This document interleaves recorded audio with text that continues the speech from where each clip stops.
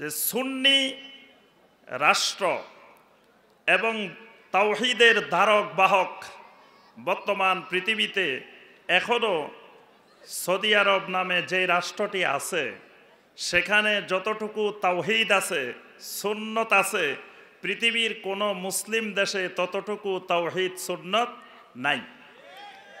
কিন্তু দেখা যায় সৌদি আরবের সমালোচনায় আমাদের দেশেরও অনেক ভাইয়েরা সবসময় মুখরিত থাকে।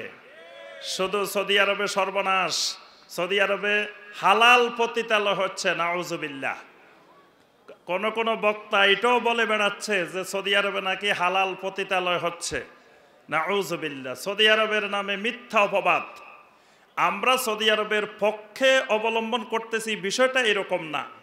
আমরা বলতে চাচ্ছি সারা পৃথিবীতে যতগুলো মুসলিম রাষ্ট্র আছে তার মধ্যে সবচেয়ে বেশি তুলনামূলক তাওহীদ কায়েম আছে, তাওহীদ প্রতিষ্ঠিত আছে সৌদি আরবে, সুন্নত প্রতিষ্ঠিত আছে সৌদি আরবে। যেই দেশের আনাচে কানাচে ঘুরলে শিরকের অস্তিত্ব খুঁজে পাওয়া যায় না, যেই দেশের সর্বত্র ঘুরলে বেদাতের অস্তিত্ব খুঁজে পাওয়া যায় না। এইসব দিক থেকে তো তারা আমাদের থেকে অনেক ভালো।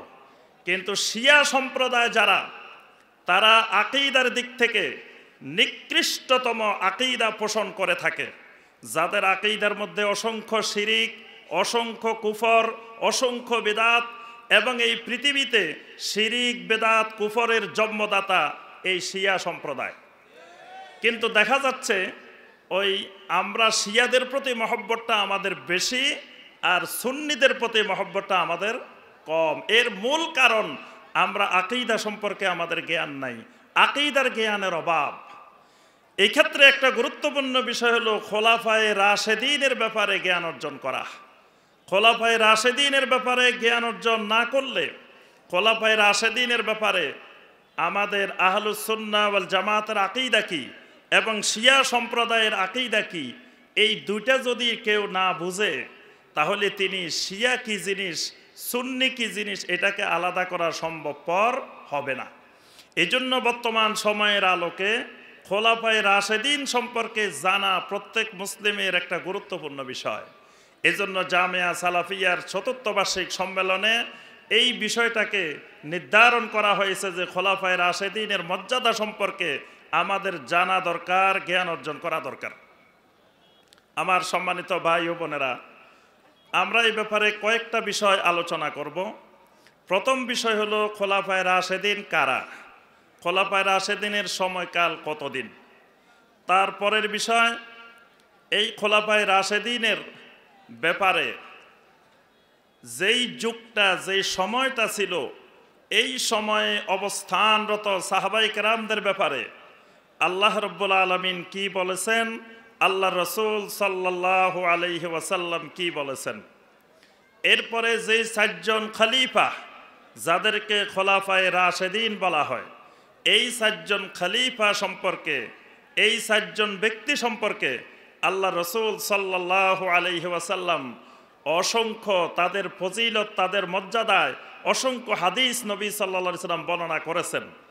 এবং এদের প্রতি বিদ্বেষ পোষণ করা, এদের খেলাফতকে অস্বীকার করা, এর ক্ষতিকর দিকগুলো কি হতে পারে, এই বিষয়গুলোই আমরা অল্প সময়ে অত্যন্ত সংক্ষেপে আলোচনা করার চেষ্টা করব ইনশাআল্লাহ।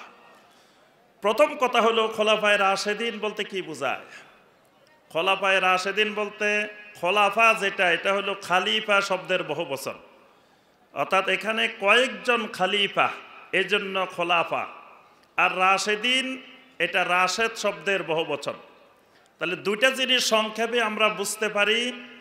খোলাফা হইলেন, খালিফা হইলেন, এরা খালিফাতু রাসূলিল্লাহ সাল্লাল্লাহু আলাইহি ওয়াসাল্লাম, অর্থাৎ রাসূলুল্লাহ সাল্লাল্লাহু আলাইহি ওয়াসাল্লাম যেই তাওহীদ কায়েম করেছিলেন, যেই সুন্নত কায়েম করেছিলেন, আকীদার ক্ষেত্রে, আখলাকের ক্ষেত্রে, আমালের ক্ষেত্রে, সর্বক্ষেত্রে যে তাওহীদ এবং সুন্নাহ কায়েম করেছিলেন, সেই তাওহীদ সুন্নাতের ধারক বাহক নবী সাল্লাল্লাহু আলাইহি সাল্লামের অনুপস্থিতিতে যারা, তাদেরকে বলা হয় খলিফাতু রাসূলিল্লাহ সাল্লাল্লাহু আলাইহি ওয়াসাল্লাম।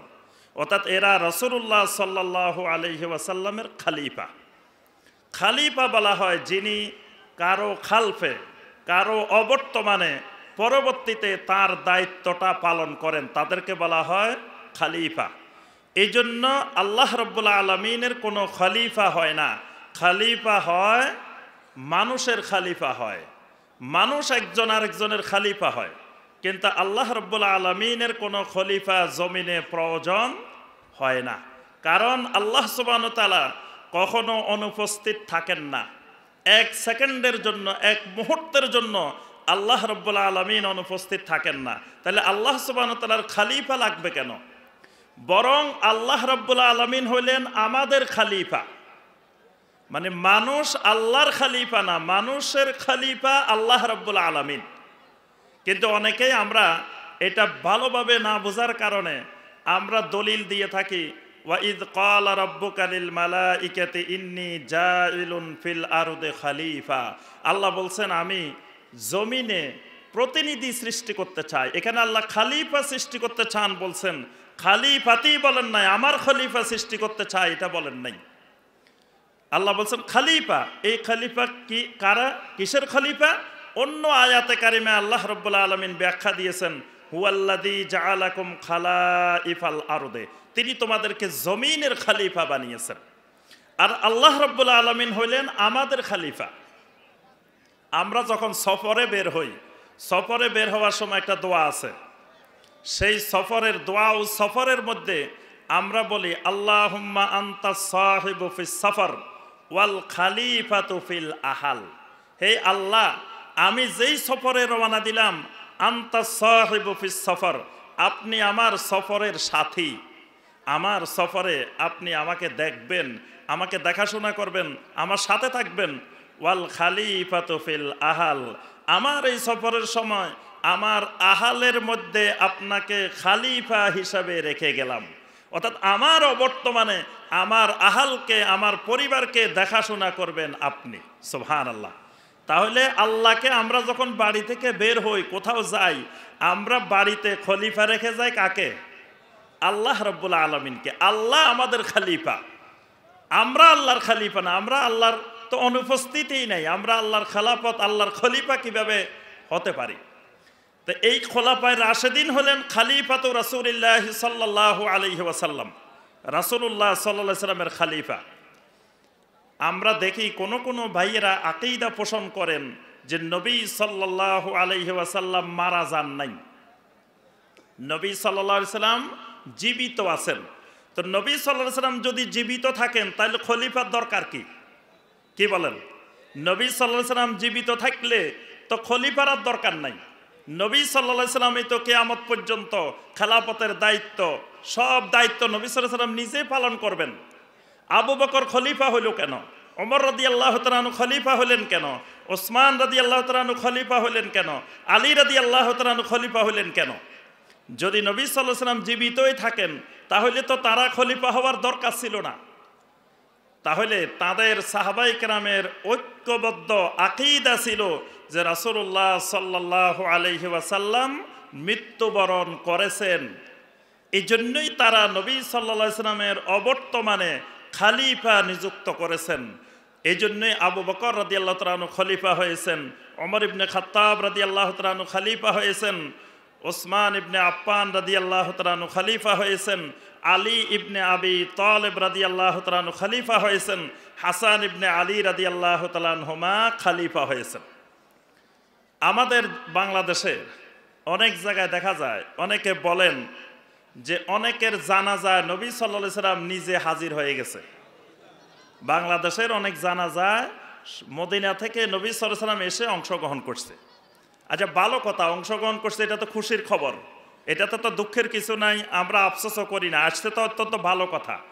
কিন্তু আমাদের দুঃখটা এই জায়গায়, যেখানে নবী সাল্লাল্লাহু আলাইহি ওয়াসাল্লাম স্বয়ং উপস্থিত, সেখানে নবী সাল্লাল্লাহু আলাইহি ওয়াসাল্লামকে জানাজায় ইমামতি করতে না দিয়ে আরেকজনে ইমামতি করলো কেন? এটা তো চরম বেয়াদবি।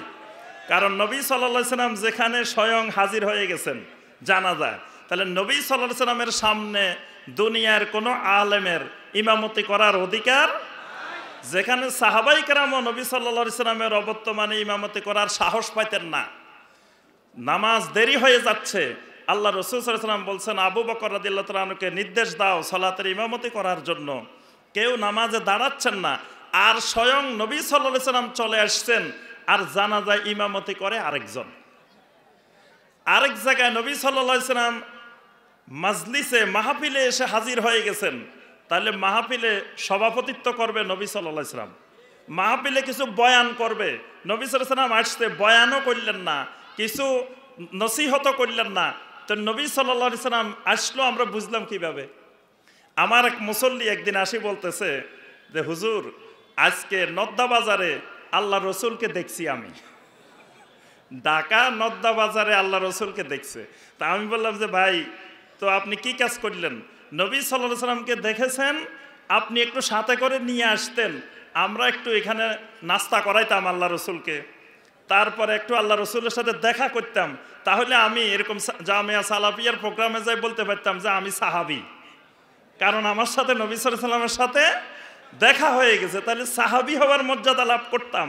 আপনি তো বিরাট ভুল কাজ করে ফেলছেন, আপনি একটু নিয়ে আসতেন।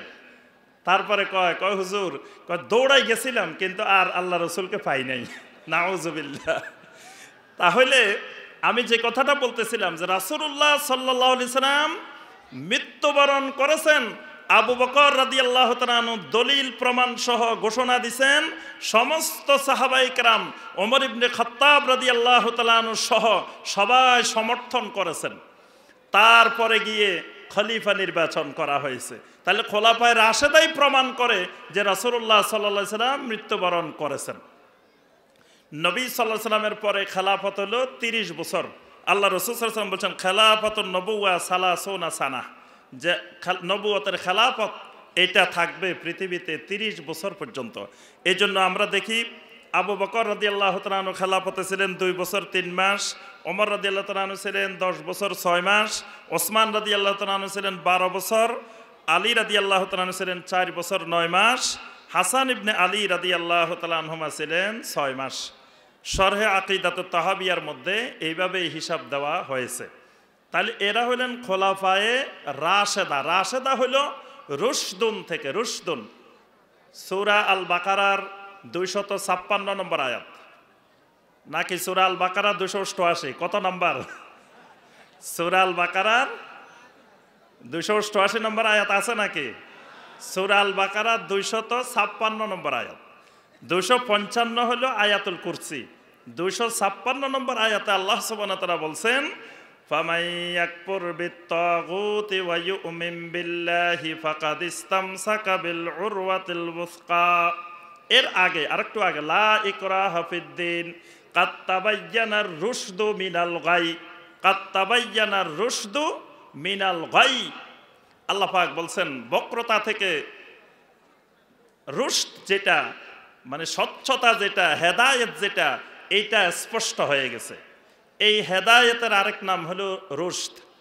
খোলাফায়ে রাশেদিন মানে এরা শতভাগ খলিফারা রাসূলুল্লাহ সাল্লাল্লাহু আলাইহি ওয়াসাল্লামের সুন্নতের উপরে শতভাগ দায়েম ও কায়েম ছিলেন, এই জন্য তাদেরকে বলা হয় খোলাফায়ে রাশেদিন। এবার আসি আমরা খোলাফায়ে রাশেদিন যেই 5 জনের নাম আমরা বললাম। তো হাসান ইবনে আলী রাদিয়াল্লাহু তাআলা আনহু তিনি অল্প সময় 6 মাস একটা টার্নিং পয়েন্টে থাকার কারণে আমরা সবসময় প্রসিদ্ধ হিসাবে 4 জন সাহাবীকে খোলাফায়ে রাশেদার অন্তর্ভুক্ত করি। আর হাসান ইবনে আলী রাদিয়াল্লাহু তাআলা আনহু তিনি তো আহলে বাইতের মধ্যে অন্তর্ভুক্ত আছেনই। তো এই 5 জনের যেই সময়টা, এই সময়টা এরা সবাই ছিলেন সাহাবী এবং এদের যুগটা ছিল সাহাবায়ে কেরামের যুগ। এই সাহাবায়ে কেরামের অনুসরণের জন্য আল্লাহ রাব্বুল আলামিন কোরআনে কারিমের অসংখ্য আয়াতে কারিমা নাজিল করেছেন। সূরা তাওবার 100 নম্বর আয়াত আল্লাহ সুবহানাহু ওয়া তাআলা বলেন ওয়াস-সাবিকুনাল আউওয়ালুনা মিনাল মুহাজিরিনা ওয়াল আনসার ওয়াল্লাযীনা ইত্তাবাউহুম বিইহসান রাদিয়াল্লাহু আনহুম ওয়া রাদু আন ওয়া আ'আদ্দা লাহুম জান্নাত। সুবহানাল্লাহ। আল্লাহ সুবহানাহু ওয়া তাআলা বলেন যে মুহাজির এবং আনসারদের মধ্য থেকে যারা সাবিকুন আল আউয়ালুন, এরা ওয়াল্লাযীনা তাবাউহুম বিইহসান, এদেরকে যারা ইহসানের সাথে ইত্তেবা করে, রাদিয়াল্লাহু আনহুম ওয়া রাদু আন, এরা আল্লাহ রাব্বুল আলামিনের উপরে সন্তুষ্ট, আল্লাহ রাব্বুল আলামিন এদের উপরে সন্তুষ্ট। ওয়া আ'আদ্দা লাহুম জান্নাত, এদের জন্য আল্লাহ রাব্বুল আলামিন জান্নাত তৈরি করে রেখেছেন। সুবহানাল্লাহ। তাহলে জান্নাত পাওয়ার জন্য শর্ত হলো এই মুহাজির এবং আনসারদেরকে ইহসানের সাথে ইত্তেবা করা, সাহাবায়ে কেরামদেরকে ইহসানের সাথে ইত্তেবা করা। এই সাহাবায়ে কেরামকে যারা ইহসানের সাথে ইত্তেবা করে তাদেরকে বলা হয় সালাফি, কারণ সাহাবায়ে কেরাম হলেন আমাদের সালাফ। এই সালাফদেরকে যারা অনুসরণ করে তাদের নাম হলো সালাফি, অর্থাৎ সালাফদের মানহাজ, সালাফদের ফাহাম, সালাফদের আকীদা যারা অনুসরণ করে থাকেন, এদের অনুসরণ করলে, সাহাবায়ে কেরামের ইত্তেবা করলে আল্লাহ রাব্বুল আলামিন জান্নাতের ঘোষণা দিয়েছেন যে ওয়া আ'আদ্দা লাহুম জান্নাত। সুবহানাল্লাহ। আল্লাহ রাসূল সাল্লাল্লাহু আলাইহি ওয়াসাল্লাম বলেন, খবরদার লা তাসুব্বু আসহাবি, আমার কোন সাহাবীকে গালিগালাজ করিও না। ফালাউ আন্না আহাদাকুম আনফাকা মিসলা উহুদিন যাহাবান, যদি তোমাদের কেউ উহুদ পাহাড় পরিমাণ স্বর্ণ আল্লাহর রাস্তায় খরচ করে, মা বালাগা মুদ্দা আহাদিহিম ওয়ালা নাসিফা, সাহাবায়ে কেরাম এক মুদ বা এক মুদের অর্ধেক খরচ করে যে ফজিলত পেয়েছেন, তোমরা তার দ্বারে কাছেও পৌঁছতে পারবা না। সুবহানাল্লাহ। তোমরা উহুদ পাহাড় পরিমাণ স্বর্ণ খরচ করে ফেললেও ওই সাহাবায়ে কেরামদের এক মুদ বা তার অর্ধেক পরিমাণ, এই সমপরিমাণ সদাকার দ্বারে কাছেও পৌঁছতে পারবা না। আল্লাহু আকবার। সেই সাহাবায়ে কেরামদেরকে শিয়া সম্প্রদায় প্রতিনিয়ত গালিগালাজ করে, অধিকাংশ সাহাবীকে জিন্দিক মনে করে, অধিকাংশ সাহাবীকে মুরতাদ মনে করে। শুধু আমি একটা তাদের বক্তব্য শুনাই। দিয়া উস-সালেহীন নামক কিতাবে এই বক্তব্যটা এসেছে। তারা ওই বক্তব্যের মধ্যে লিখেছে, মান লাআনাল জিবতা ওয়া তাগুতা লানাতান ওয়াহিদা, যেই ব্যক্তি জিবত এবং তাগুতকে গালি দিবে। জিবত মানে আবু বকর রাদিয়াল্লাহু তাআলা আনহুকে তারা বলে জিবত, ওমর রাদিয়াল্লাহু তাআলা আনহুকে তারা বলে তাগুত। নাউজুবিল্লাহ। এই দুজনকে যে দৈনিক একবার করে লানত দিতে পারবে তাকে আল্লাহ পাক ৭০,০০০ নেকি দান করেন। নাউজুবিল্লাহ। ৭০,০০০ গুনাহ তার আল্লাহ মাফ করে দেন, তার ৭০,০০০ দরজা আল্লাহ পাক সমুন্নত করে দেন। নাউজুবিল্লাহ। সন্ধ্যাবেলায় যদি একবার লানত দেওয়া যায় তা আল্লাহ পাক এইরকম ফজিলত তাদেরকেও দান করেন। নাউজুবিল্লাহ। তাহলে দেখেন, এদের আকীদা হলো সকালবেলায় সন্ধ্যাবেলায় আবু বকর রাদিয়াল্লাহু তাআলা আনহুকে গালি দিতে হবে, লানত দিতে হবে। সন্ধ্যাবেলায় আবু বকর রাদিয়াল্লাহু তাআলা আনহুকে লানত দিতে হবে, ওমর রাদিয়াল্লাহু তাআলা আনহুকে লানত দিতে হবে, ওসমান রাদিয়াল্লাহু তাআলা আনহুকে লানত দিতে হবে। তাহলে দৈনিক যদি এতবার এদেরকে লানত দেয় তো ওই লোকগুলো মুসলমান থাকে কি করে, ইমানদার থাকে কি করে, মুমিন হয় কেমন করে, তারা আমাদের ভাই হইতে পারে কেমন করে? এই খোলাফায়ে রাশেদিন যারা, এই ৪ জনের ফজিলত এবং এই ৪ জন এমন এমন ইসলামের অবদান রেখেছেন যেইগুলো ঈমানের ক্ষেত্রে, ইসলামের ক্ষেত্রে, দ্বীনের ক্ষেত্রে বিশাল গুরুত্বপূর্ণ ভূমিকা পালন করেছে। আমরা এই ৪ জনের ব্যাপারে একটু ফজিলত মর্যাদা বর্ণনা করে, তাদের অবদান বর্ণনা করে এবং এদের মর্যাদা না দিলে ক্ষতিটা কি এটা বলে আমরা শেষ করব। আবু বকর as-সিদ্দিক রাদিয়াল্লাহু তাআলা আনহু প্রথম খলিফা, তার ব্যাপারে অনেক অসংখ্য হাদিস রয়েছে তার মর্যাদার ব্যাপারে। আল্লাহ রাসূল সাল্লাল্লাহু আলাইহি ওয়াসাল্লাম বলেন, ইন্না আমান্নান নাসে আলাইয়া ফি মালিহি ওয়া সুহবাতিহি আবু বকর, আমার কাছে দুনিয়ার সকল মানুষের মধ্যে সবচেয়ে আমানতদার, তার সম্পদের এবং সোহবতের দিক থেকে সবচেয়ে আমানতদার হলো আবু বকর as-সিদ্দিক রাদিয়াল্লাহু তাআলা। ওয়ালাউ কুনতু মুত্তাখিযান খালিলান লাত্তাখাযতু আবা বকর খালিলা, যদি আমি কাউকে খালিল হিসাবে গ্রহণ করতাম তা আবু বকরকে আমি খালিল হিসাবে গ্রহণ করতাম। সুবহানাল্লাহ। আল্লাহ রাসূল সাল্লাল্লাহু আলাইহি সাল্লামের হিজরতের সাথে গারে হেরার মধ্যে আবু বকর রাদিয়াল্লাহু তাআলা আনহু সাথে ছিলেন। তিনি বলছিলেন, ইয়া রাসূলুল্লাহ সাল্লাল্লাহু আলাইহি ওয়াসাল্লাম, মুশরিকরা তো চলে আসছে, কাফেররা চলে আসছে আমাদেরকে একটু পরেই দেখে ফেলবে। আল্লাহ রসুল সাল্লাল্লাহু আলাইহি ওয়াসাল্লাম বলছেন যে আবু বকর, তুমি আমরা দুইজন মনে করিও না, আল্লাহু সালিসুহুমা, আল্লাহ হইলেন আমাদের তৃতীয় জন। সুবহানাল্লাহ। আল্লাহ রসুল সাল্লাল্লাহু আলাইহি ওয়াসাল্লাম যাদেরকে নাম ধরে ধরে জান্নাতের সুসংবাদ দিয়েছেন, এদের মধ্যে আবু বকর রাদিয়াল্লাহু তাআলা আনহু এক নম্বরে। আল্লাহ রসুল সাল্লাল্লাহু আলাইহি ওয়াসাল্লাম একদিন বললেন, জান্নাতের অনেকগুলো দরজা আছে, এক এক দরজা থেকে মানুষদেরকে জান্নাতে আহ্বান করা হবে। বাবু সলা থেকে আহ্বান করা হবে, বাবু জাকাত থেকে আহ্বান করা হবে, বাবুর রায়্যান থেকে আহ্বান করা হবে। আবু বকর রাদিয়াল্লাহু তাআলা আনহু বলেন, ইয়া রাসূলুল্লাহ সাল্লাল্লাহু আলাইহি সাল্লাম, এমন কোন ব্যক্তি কি কিয়ামতের ময়দানে থাকবে যাকে জান্নাতের সবগুলো দরজা থেকে আহ্বান করা? একজন সিদ্দিক, দুইজন শহীদ। সুবহানাল্লাহ। এখানে সিদ্দিক বলে আল্লাহ রাসূল সাল্লাল্লাহু আলাইহি সাল্লাম আবু বকর রাদিয়াল্লাহু তাআলা আনহুকে বুঝিয়েছেন। এইভাবে নবী সাল্লাল্লাহু আলাইহি সাল্লামের জীবদ্দশায় মৃত্যুর পূর্বেই ইমামতি করার জন্য নবী সাল্লাল্লাহু আলাইহি সাল্লাম আবু বকর সিদ্দিক রাদিয়াল্লাহু তাআলা আনহুকে নির্দেশ দিয়েছেন। তাহলে আবু বকর রাদিয়াল্লাহু তাআলা আনহুর ইসলামের প্রথম ইসলাম গ্রহণকারী, ইসলামের প্রথম দাখিলকারী আবু বকর সিদ্দিক রাদিয়াল্লাহু তাআলা আনহু। তাহলে এই বিশাল মর্যাদা সম্পন্ন মানুষটাকে কেউ যদি তার ব্যক্তিকে, তার সাহাবাতকে, তার খেলাফতকে কেউ যদি অস্বীকার করে, গালিগালাজ করে, তাহলে তার ঈমানের ভিতরেই সমস্যা তৈরি হবে। কারণ তিনি নবী সাল্লাল্লাহু আলাইহি ওয়াসাল্লামের প্রিয় মানুষদের, নবী সাল্লাল্লাহু আলাইহি ওয়াসাল্লামের প্রিয় সাহাবীদের প্রধানতম সাহাবীদের একজন। একজন সাহাবীকে গালি দিলেও যার ঈমানের সমস্যা হয়, সেখানে এইরকম একজন সাহাবীকে কেউ যদি লানত করে, তাহলে অবশ্যই তাদের ঈমানের ভিতরে সমস্যা রয়েছে। ওমর ইবনে খাত্তাব রাদিয়াল্লাহু তাআলা আনহু, যিনি দ্বিতীয় খলিফা, তিনি জান্নাতের সুসংবাদ প্রাপ্ত সাহাবীদের একজন। সহিহ মুসলিমের হাদিস, আল্লাহ রাসূল সাল্লাল্লাহু আলাইহি ওয়াসাল্লাম বলেন, ওয়াল্লাযী নাফসি বিয়াদিহি মা লাকিয়াকা শাইতানু কাত্তুন সালিকান ফাজ্জান ইল্লা সালাকা ফাজ্জান গায়রা ফাজ্জিকা। আল্লাহর কসম, যে আল্লাহর হাতে আমার প্রাণ, ওমর, তোমার সাথে শয়তান যদি সাক্ষাৎ হয়, তুমি যেই রাস্তা দিয়ে যাও, তোমাকে দেখলে শয়তান অন্য রাস্তা দিয়ে যায়, সেই রাস্তা দিয়ে আর আসে না। আল্লাহু আকবার। এইরকম একজন সাহাবী, সাথে সাথে তিনি ইসলামের দ্বিতীয় খলিফা। নবী সাল্লাল্লাহু আলাইহি ওয়াসাল্লাম যেই দুজনের জন্য নাম ধরে দোয়া করেছিলেন, আল্লাহুম্মা আইজ্জাল ইসলাম, হে আল্লাহ আপনি ইসলামকে শক্তিশালী করেন, যেই দুইজনের ব্যাপারে দোয়া করছিলেন, এই দুইজনের একজন হলো ওমর ইবনে খাত্তাব রাদিয়াল্লাহু তাআলা আনহু।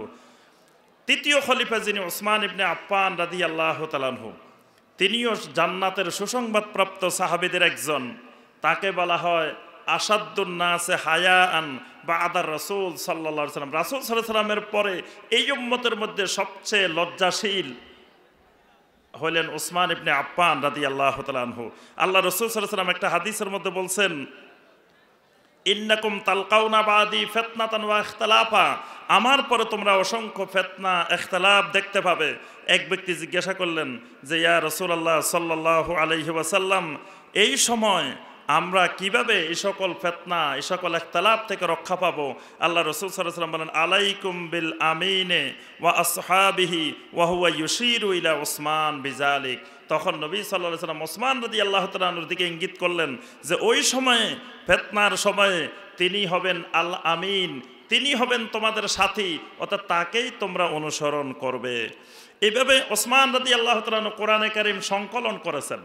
যদি তার খেলাফতের ব্যাপারে সন্দেহ থাকে, তার খেলাফতের ব্যাপারে যদি কোনো প্রকারের সংশয় থাকে, তাহলে কোরআনের ব্যাপারেই সংশয় হবে।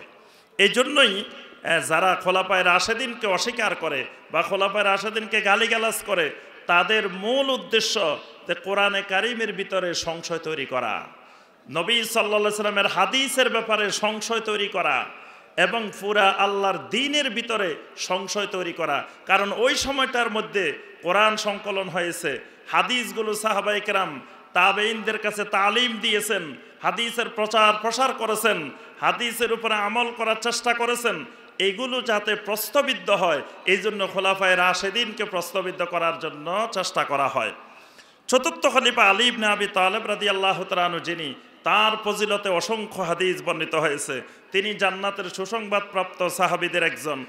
আল্লাহ রাসূল সাল্লাল্লাহু আলাইহি ওয়াসাল্লাম একদিন বলছিলেন, লা উতিয়ান্না রায়াতা রাজুলান ইউহিব্বুল্লাহ ওয়া রাসূলা আও ইউহিব্বুহুল্লাহু ওয়া রাসূলু, আগামীকাল সকালে আমি এমন এক ব্যক্তির হাতে পতাকা তুলে দিব যে ব্যক্তি আল্লাহ এবং তার রাসূলকে ভালোবাসে, অথবা আল্লাহ এবং তার রাসূল তাকে ভালোবাসে। সুবহানাল্লাহ। পরের দিন সকালে নবী সাল্লাল্লাহু আলাইহি সাল্লাম পতাকাটা আলী ইবনে আবি তালেব রাদিয়াল্লাহু তাআলা আনহুর হাতে তুলে দিয়েছেন। নবী সাল্লাল্লাহু আলাইহি সাল্লামের হিজরতের সময় বিছানার মধ্যে আলী রাদিয়াল্লাহু তাআলা আনহুকে রেখে গেছেন। এভাবে অসংখ্য হাদিস আলী রাদিয়াল্লাহু তাআলা আনহুর ব্যাপারে নবী সাল্লাল্লাহু আলাইহি ওয়াসাল্লাম বর্ণনা করেছেন। হাসান ইবনে আলী রাদিয়াল্লাহু তাআলা আনহু যিনি, তার ব্যাপারে তো নবী সাল্লাল্লাহু আলাইহি ওয়াসাল্লাম বলছেন আল হাসান ওয়াল হুসাইন সাইয়্যিদা শাবাবি আহলিল জান্নাহ। নবী সাল্লাল্লাহু আলাইহি ওয়াসাল্লাম বলছেন হাসান হুসাইন জান্নাতের যুবকদের সরদার। নবী সাল্লাল্লাহু আলাইহি ওয়াসাল্লাম বলছেন যে আল্লাহুম্মা ইন্নী উহিব্বুহু ফা আহিব্বাহু, হে আল্লাহ আমি এই হাসানকে হোসাইনকে মহব্বত করি, আল্লাহ আপনি তাদেরকে মহব্বত করেন। সুবহানাল্লাহ। তাহলে এই সমস্ত ওলামায়ে কেরাম, এই সমস্ত সাহাবায়ে কেরামদেরকে, এই সমস্ত খোলাফায়ে রাশেদিনদেরকে কেউ যদি গালিগালাজ করে, কেউ যদি তাদের ব্যাপারে লানত করে, তাহলে তার ঈমান থাকবে না। এদেরকে লানত করা কুফরি, এদেরকে গালিগালাজ করা কুফরি। কারণ সাহাবায়ে কেরামের মতো ঈমান আমাদেরকে ঈমান আনার জন্য নির্দেশ দেওয়া হয়েছে। আল্লাহ পাক বলছেন ফাইন আমানু বিমিসলি মা আমানতুম বিহি ফাকাদ ইহতাদাও, যদি তোমাদের ঈমানটা সাহাবায়ে কেরামের ঈমানের মতো হয় তাহলেই বুঝতে হবে তোমরা হেদায়েতের উপরে আছো। খোলাফায়ে রাশেদিনের সুন্নতকে নবী সাল্লাল্লাহু আলাইহি সাল্লাম শক্ত করে আঁকড়ে ধরে থাকতে বলছেন ফিতনার যুগে। এরবাজ ইবনে সারিয়া রাদিয়াল্লাহু তাআলা আনহু থেকে প্রসিদ্ধ হাদিস বর্ণিত, তিনি বলেন সাল্লা বিনা রাসূলুল্লাহ সাল্লাল্লাহু আলাইহি ওয়াসাল্লাম যাতা ইয়াউমিন, একদিন আল্লাহ রাসূল সাল্লাল্লাহু আলাইহি সাল্লাম আমাদেরকে নিয়ে সালাত আদায় করলেন। করার পরে নবী সাল্লাল্লাহু আলাইহি ওয়াসাল্লাম ফাওয়াযানা মাউইযাতান বালিগাতান, এক হৃদয়স্পর্শী চমৎকার বয়ান আমাদের সামনে, ওয়াজ আমাদের সামনে করলেন। জারাফাত মিনহাল উয়ুন ওয়া ওয়াজিলাত মিনহাল কুলুব, আমাদের অন্তরগুলো ভয়ে কেঁপে উঠল, চোখগুলা থেকে জরজর করে পানি পড়া শুরু হয়ে গেল। তখন আমাদের মধ্য থেকে একজন বলে উঠল ইয়া রাসূলুল্লাহ সাল্লাল্লাহু আলাইহি ওয়াসাল্লাম কাআন্নাহা মাউইযাতুম মুআদ্দে, মনে হচ্ছে এটা আপনার বিদায়ী ভাষণ, বিদায়ী ওয়াজ, আপনি আমাদেরকে কিছু ওসিয়ত করেন।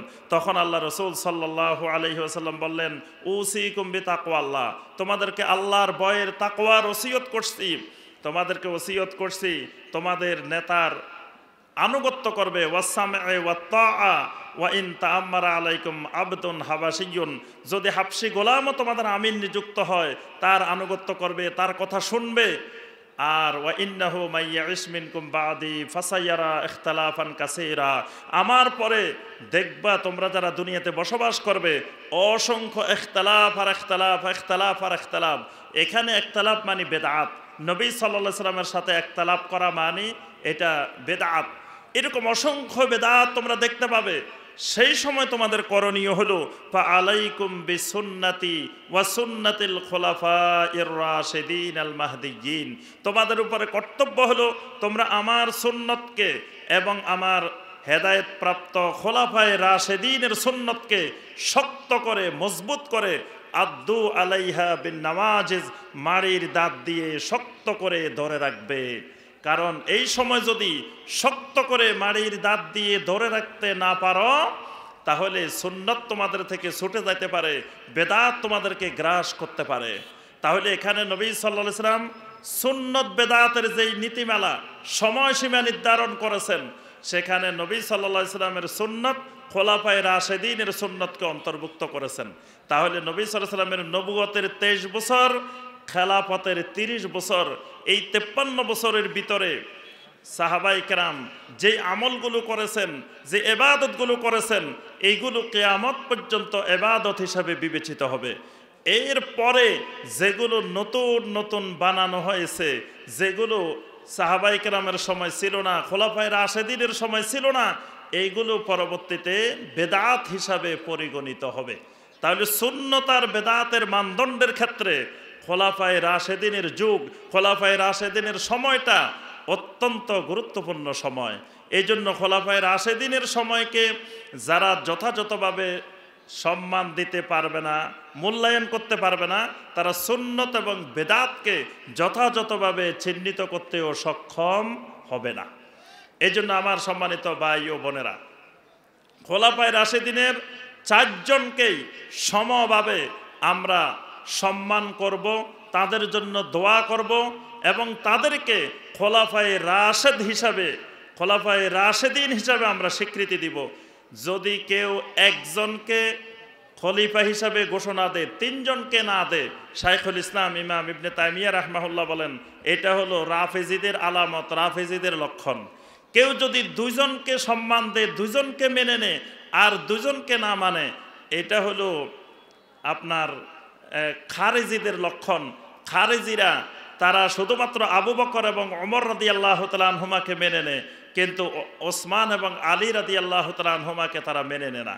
এজন্য আহলুস সুন্নাহ ওয়াল জামাতের আকীদা হলো এই 4 জন খলিফায়ে হক, এই 4 জন খোলাফায়ে রাশেদিন, এবং এদের সময়ে ইসলামের বিভিন্ন আইন কানুন বিধিবিধান যেগুলো তারা পর্যালোচনা করে ইজতিহাদ করে অনেকগুলো বিষয়ে সিদ্ধান্ত নিয়েছেন, এইগুলোকে মেনে নেওয়া প্রত্যেক মুসলিম উম্মার উপরে ফরজ। এই জন্য ওসমান রাদিয়াল্লাহু তাআলা আনহু যে কোরআন সংকলন করেছেন, ওই কোরআনকে মেনে নেওয়া সবার উপরে ওয়াজিব। এটা সবাই মেনে নিতে হবে, কারণ ওসমান রাদিয়াল্লাহু তাআলা সংকলিত কোরআনের ব্যাপারে কোনো সন্দেহ পোষণ করা যাবে না। এজন্য আমার সম্মানিত ভাই ও বোনেরা, পরিশেষে যে কথাটি আমি বলবো সেটি হলো, আজকে আমরা পর্যায়ক্রমে আহলুস সুন্নাহ ওয়াল জামাতের আকীদা মানহাজ থেকে সরে যাচ্ছি। আমাদের মধ্যে দিন দিন রাফেজিদের, খারেজিদের, মুতাজিলাদের বিভিন্ন দিক থেকে বিভিন্ন আকীদা, বিভিন্ন মানহাজ আমাদেরকে গ্রাস করতেছে। এজন্য আকীদাগুলো সম্পর্কে জানা দরকার, বোঝা দরকার, যাতে আমরা নিজেদের আকীদাকে হেফাজত করতে পারি। আমরা মা আনা আলাইহি ওয়া আসহাবি, নবী সাল্লাল্লাহু আলাইহি ওয়াসাল্লাম এবং সাহাবায়ে কেরামের আকীদার উপরে সাবিত কদম থাকতে পারি। এজন্য আমাদেরকে খোলাফায়ে রাশেদিনের ব্যাপারে জানা দরকার, বোঝা দরকার, পড়াশোনা করা দরকার, তাদের ব্যাপারে আমাদের আকীদা কেমন হওয়া দরকার এই ব্যাপারে জানা দরকার। আল্লাহ রাব্বুল আলামিন আমাদের সবাইকে নবী সাল্লাল্লাহু আলাইহি ওয়াসাল্লামকে মহব্বত করার তৌফিক দান করুন, নবী সাল্লাল্লাহু আলাইহি ওয়াসাল্লামের সাহাবীদেরকে মহব্বত করার তৌফিক দান করুন, নবী সাল্লাল্লাহু আলাইহি ওয়াসাল্লামের খলিফা যারা খোলাফায়ে রাশেদিন তাদেরকে মহব্বত করার, তাদের আদর্শ অনুসরণ করার, তাদের সুন্নতকে মজবুত করে ধারণ করার আল্লাহ পাক তৌফিক দান করুন। আমিন ইয়া রাব্বাল আলামিন। সুবহানাকাল্লাহ।